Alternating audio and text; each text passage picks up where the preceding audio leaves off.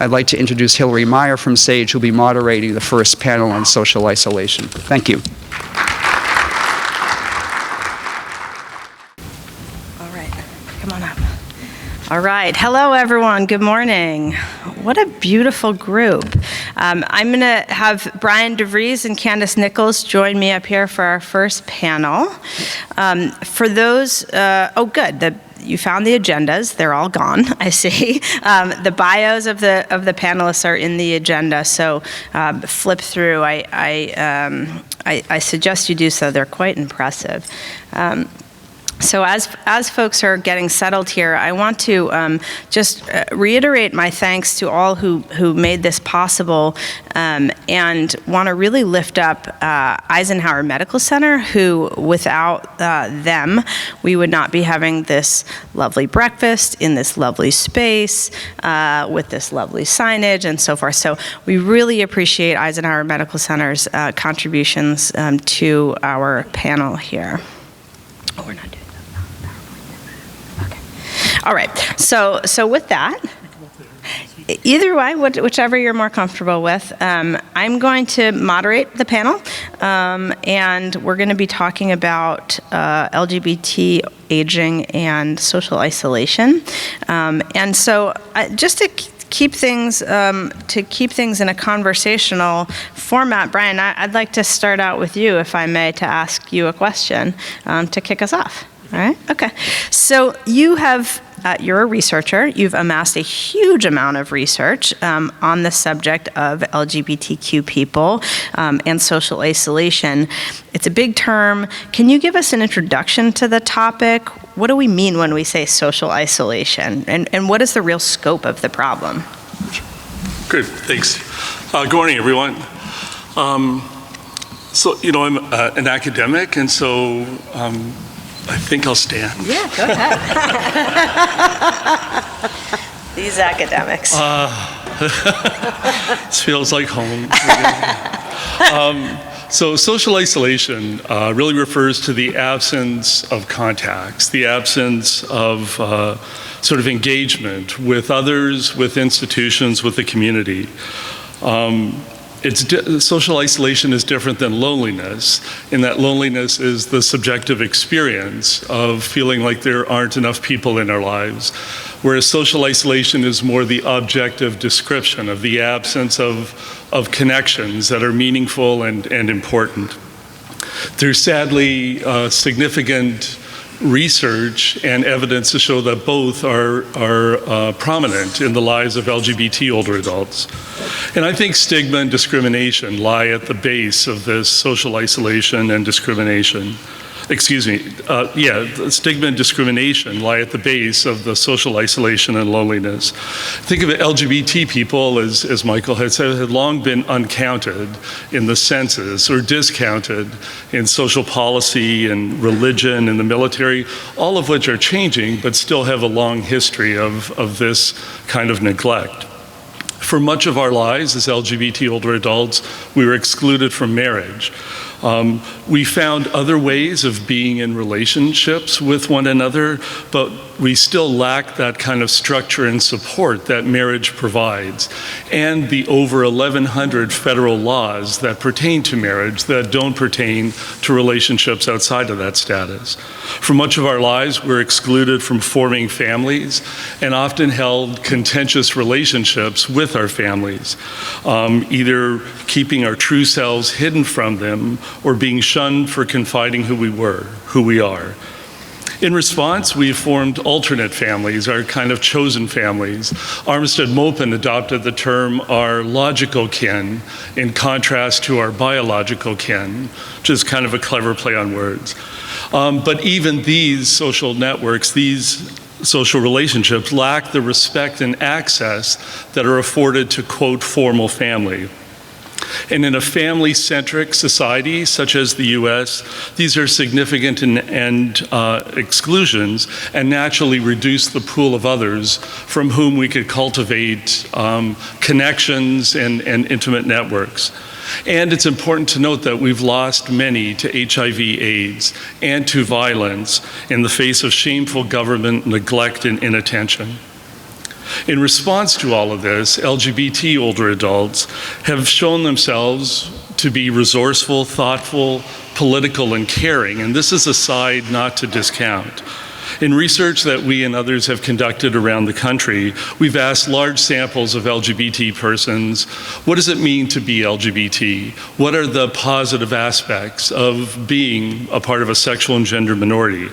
There's only 6% of respondents who said they couldn't come up with anything, slightly higher amongst transgender respondents. And so that means the vast majority of respondents were able to identify what's positive about their experiences. They spoke of how a life against the grain had really afforded them an opportunity to commit to social justice, to engage a more inclusive worldview, and to develop a type of authenticity and competence that derived from their vast coping experiences. I debated whether or not including this, but I'm going to if I could, Please. that so much of life relates to Broadway for me. And there was a scene from Torch Song Trilogy. Do many of you remember that show and that movie where, good, thank you, where Arnold, who is played by Harvey Fierstein, who also wrote the script, is in an argument with his mother really about the recognition of the loss of their partners. And he says, I taught myself to sew, to cook, to fix plumbing. I can even pat myself on the back when necessary, so I don't have to ask anyone for anything. There's nothing I need from anyone except for love and respect. And to me, that sums up pretty neatly this kind of experience of LGBT independence, really driven by isolation, driven by discrimination. In a life of having to rely on ourselves, LGBT people have developed a kind of crisis competence, a sort of self-contained self-reliance. I was speaking with Richard Bass, who is the coordinator of PALS, Planning Ahead for LGBT Seniors. Some of you hopefully know of that organization, and it speaks a lot to the issues of which we're speaking this morning.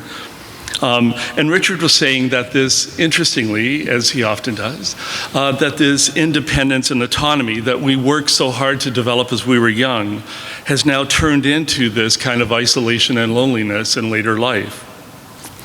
Those successful strategies of our youth of doing it on our own and not asking anyone for anything sort of ends up having a poor fit in our later years as we become overtaxed by the demands of aging, which include physical, health, mobility, stamina challenges. So we're not used to, or we're out of practice in asking for help. There's a number of studies, a large number of studies, and Michael referenced this already, that point to the greater likelihood of being single in later life. This is especially true of gay and transgender persons. In research we've done, it's been up to 4 times more likely to be single. A unique group of gay men were 4 times more likely to never have had a partner than any of the other groups. Relatedly, LGBT older adults, as Michael also had said, are less likely to have children. In our study, in a large study in San Francisco of over 600 older LGBT people, only 15% had children. And interestingly, of that 15%, 60%, 2/3 almost, said their children were not available to help them. This often conflicted family dynamic of older LGBT people is associated with fewer family members in general on whom to call in times of need in later life. Again, particularly the case we found for transgender people as well as for gay men. Friends have often filled that void. We saw this especially during the early years of HIV and AIDS, when gay men and notably lesbians rose to the challenge to provide care for a group of people who were neglected by their health profession, neglected by their families, neglected by so many others. But some of our recent research shows a reticence on the part of LGBT older people to call upon this community, even as many of us stand ready to be called. This absence of a safety net has left too many LGBT people isolated. Previous research has found that social and health services are built around this traditional model of providing support. Relatedly, we found, and Michael already previewed as well, that many LGBT people are hesitant to seek out the care of physicians or to seek senior housing, for example, or even mental health professionals for fear of the discrimination they would encounter upon receiving such care. In fact, over 80% of a large study of LGBT people reported that they feared discrimination, alienation, and even harm if they were to move into assisted living. And relatedly, we found with a very large sample of LGBT persons 50 and older that almost 50% reported they had a disability. That was almost 60% of transgender people. There are also some higher rates of cancer that are found amongst LGBT persons, higher rates of reproductive cancers amongst women, higher rates of anal cancers and HPV-related cancers amongst gay men. Overall, higher rates of poor care and poor self-care. This includes higher rates of smoking and alcohol consumption.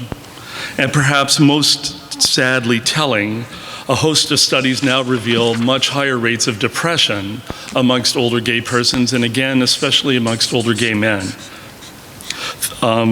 Over a third of a large sample that we did, a national sample, reported depressive symptoms at a clinical level.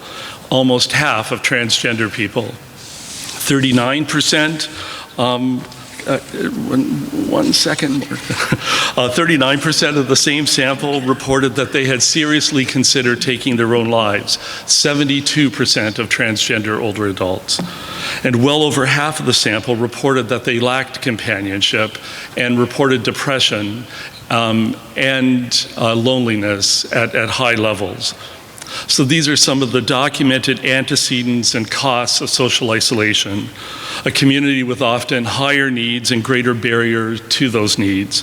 But the data also show, and our experience here tells us, that there are resources and strengths to tap in ourselves and in our community.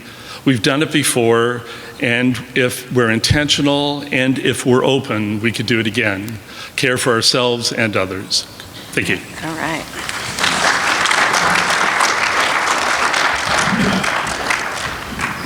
What I tell you, he knows what he's talking about, right?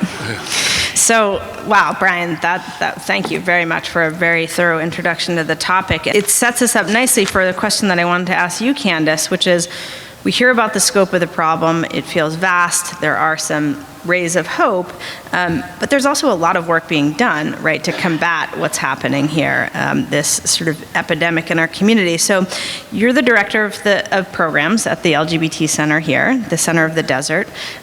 You cover Palm Springs, a wider geographic area. Can you tell us about some of the services that you do offer? What are some ways that you are connecting people to, in fact, work on just that, on the sort of combating of what Brian laid out for us? Sure. Well, let me start by saying and letting you know what our mission is at the LGBT Community Center of the Desert. And it's to create a vibrant community by helping LGBT people along their way.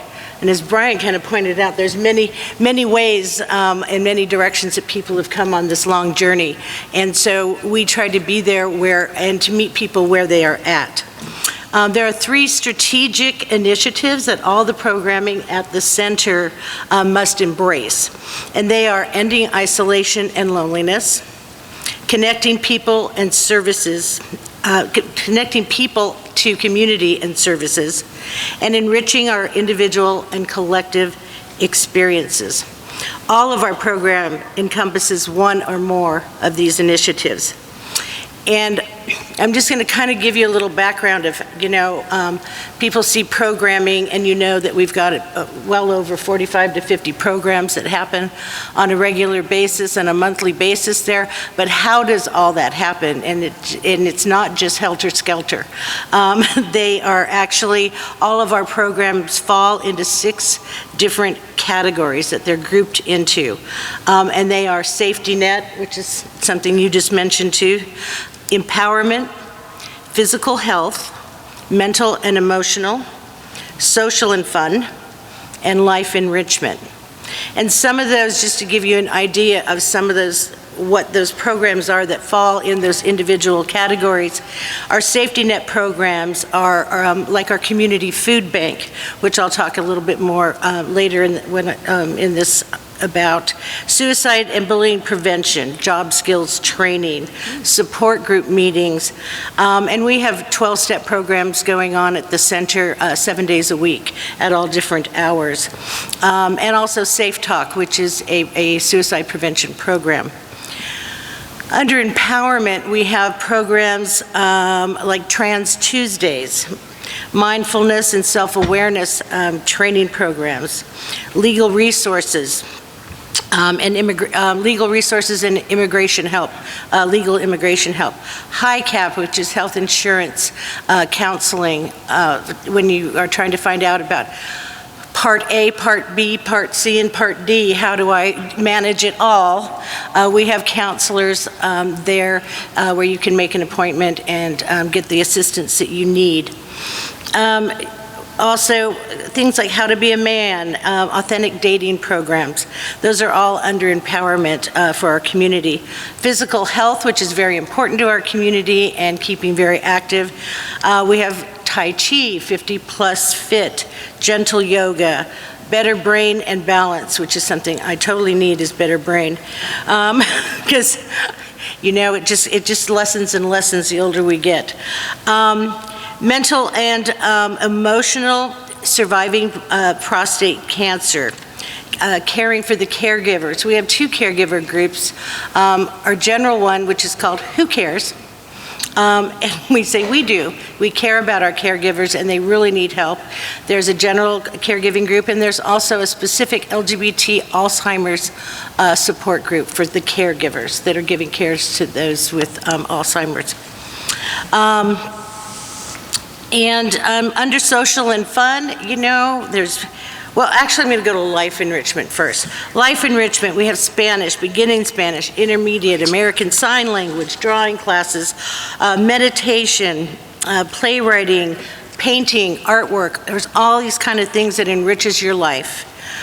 But under social and fun, you know, this is where community centers, I think, oh, they have all these social and fun programs. There's Bridge, Pinochle, men's chat, women's chat, hiking, potlucks, center socials, dance classes, music classes, ukulele, knitting classes.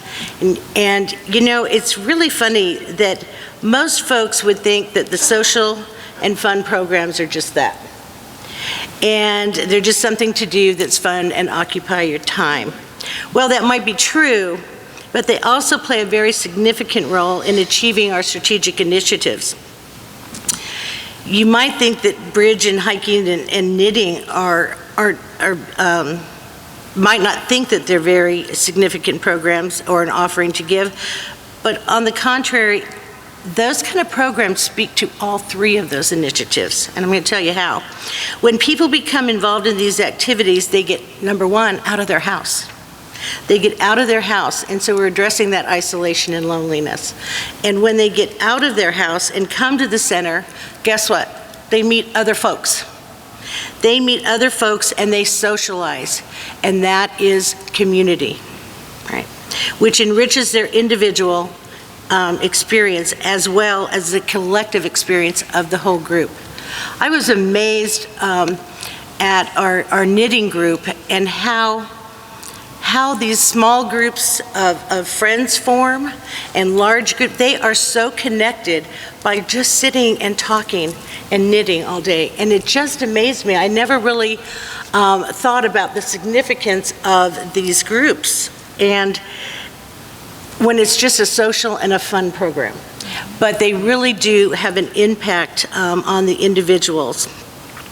And so they're exposed to each other, you know, and they have to talk to each other.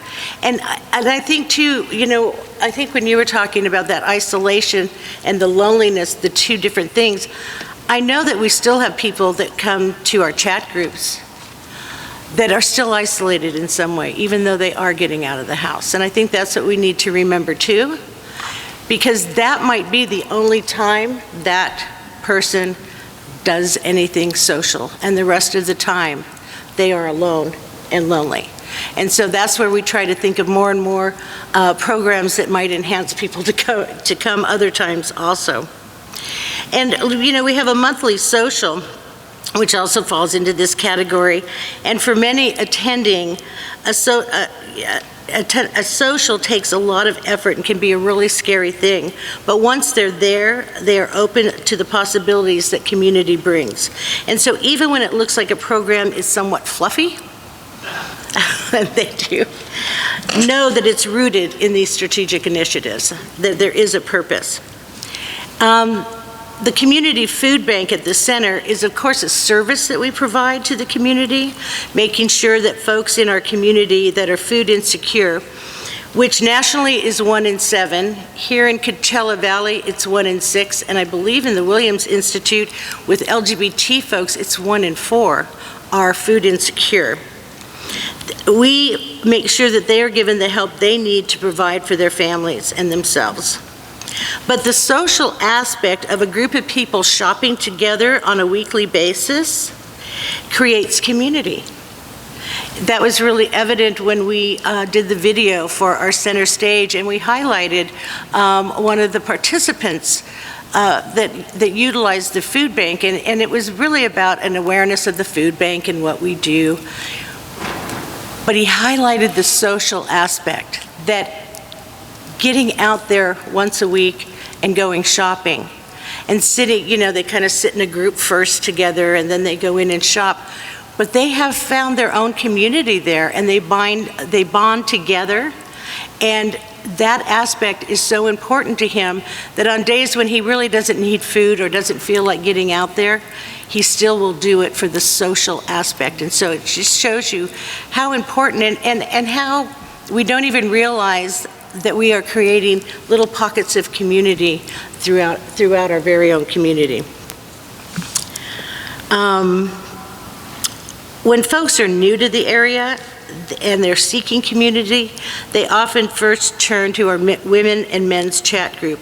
And this is an opportunity for folks to meet people in a safe and a secure environment that is much smaller than, say, the big social, because our center social is about 300 people.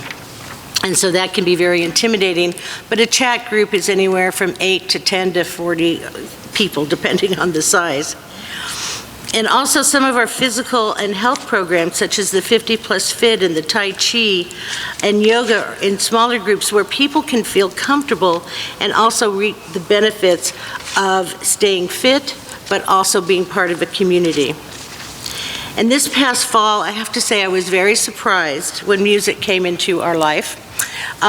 We had someone submit a program proposal for a ukulele class. And I thought, okay, what the heck?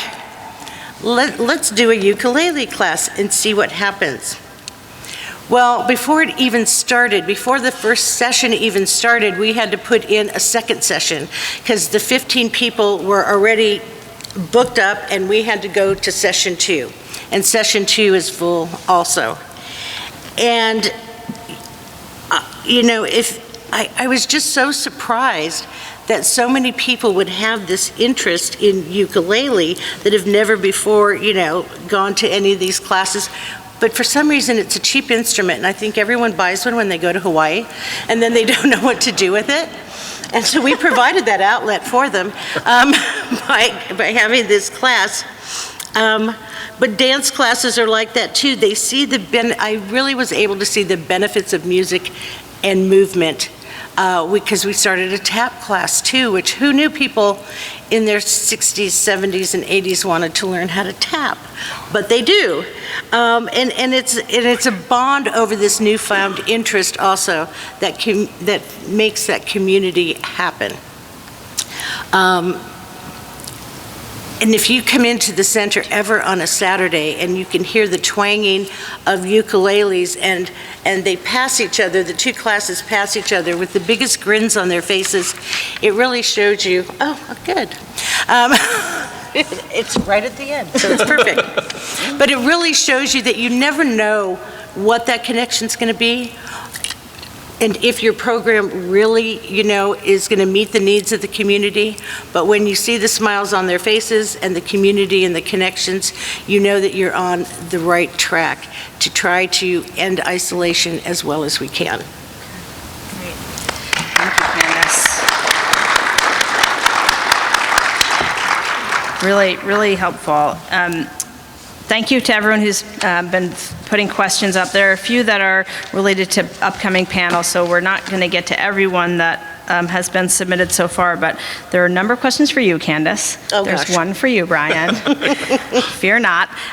But two related questions around access at the center, Candace. The first is that there's a need for cultural competency among LGBT centers. Examples include at Latinx community, culturally deaf community, people with various disabilities, non-binary. So what are some of the ways that the center is effectively outreaching to these groups? And then another related question, that was from Richard, another related question from Robert is, for those of our residents who are on limited incomes, fee-based services can be challenging. So what kind of services are people able to participate that have $0 cost? Yeah, I'll start with that one. There is usually a minimal cost. Our members have a reduced price, and our membership is $25 annually, which is pretty nominal. And then they make that up pretty much throughout the year in the reduction of the class fees. But, we don't usually ever turn anyone away. That's not only at the food bank, but our programs also. We never want to turn people away because they don't have access to funding. So we make sure that there is a way for folks to attend classes even if they have a difficult financial situation. As far as outreaching to the deaf community, and we are of course ADA compliant, and when we have programming that we know, like the HIV and Aging Conference or our Center Stage Conference, we always try to make sure that we have the signing available. And of course, our sign language classes are some of our most popular classes that we have there. But I can honestly say I don't have any specific programming that is outreaching to the deaf community specifically. But if there is a need, I'm always willing to have a program proposal submitted that might be able to address any needs that they find in the community. Okay. Great. And there was one other question that I think I can handle. Any other agencies that are offering programs for $0 cost? One of our sponsors here is the Mizell Senior Center. I know they offer a number of different programming options that don't have a price tag. Yeah, and not all of ours have a price tag also. Great, Yeah. great. Okay, so Brian, here's a question for you. Has there been any research towards supporting those of us in caregiving roles for parents and siblings busy with, as siblings are busy with families? There's a couple parts, I think, to that question. One is we did a large national study that was sponsored by MetLife on LGBT boomers. And in that research, we found that gay men and lesbians were more likely than comparably aged heterosexual children to be caregivers. So interestingly, it's notwithstanding perhaps a kind of conflicted history within the families, there's still a greater likelihood that LGBT people are called upon to be family caregivers, and there's probably a lot of reasons for that, some of which still root in stigma and discrimination. That is, they don't have families or more available, ostensibly, rhetoric like that. So there is some research saying that there's higher likelihood. The nature of support that's provided, there's less on that. There is research on the many careers of caregivers and the extent to which providing care is adding on to what is already a full schedule for so many people, and the nature of care provision, particularly if there's a group, a family, that it's not only the individual providing care and dealing with the kind of history that he or she might have had with a parent, but also they become the broadcasters of that care, and they're open to the criticism of others who are not doing it, but ostensibly could do it better in their eyes. And so all of those conflicts happen too. There are agencies that are around the country, and particularly in California, the Family Caregiver Alliance offers online and other support opportunities and has a specific outreach to LGBT persons, and so they would be a good resource, I think, in this context as well. Great, thanks, Brian. Candace, another one for you. This seems to be from one of your fans, Alexis, who says that you've lovingly told Alexis that we're always aging. What are the ways in which we can invite, partner, engage younger LGBTQ plus people to address isolation and loneliness for our aging population? And as a center who combines both aging and younger folks, can you tell us some of the ways you've done that? Well, it's interesting because we're having a dialogue about this in the women and lesbian community and how we can bring those together. In the past, we've had SAGE tables, which are very much part of the National SAGE program, where we bring, it's an intergenerational breaking of bread, and in that way engaging in conversation with each other. We've done a couple of those, and we were looking at the women's programming, and there's much younger women and older women. It's like, how do we get them together? And we did think that there was that common bond of a SAGE table maybe happening within that group. There's something about breaking bread together and just being casual that really works. And it's interesting, in this valley, I'm finding it geographically challenging for some of that group, because I'm finding a lot of the younger folks are further east valley, and then we've got Palm Springs. And if you've lived here for any period of time, you know that people don't like to cross borders here. I mean, Cathedral City is quite a ways away. And so it is a challenge, I think, trying to figure out how we can make that happen. But I think the good part is the dialogues are open, and we are trying to find those outlets to combine some of the intergenerational programming, because I think it's really important that our stories get shared, and not just our older seminal kind of stories that we have, having all this wisdom, but us listening to those that are younger than us and finding out where they're at.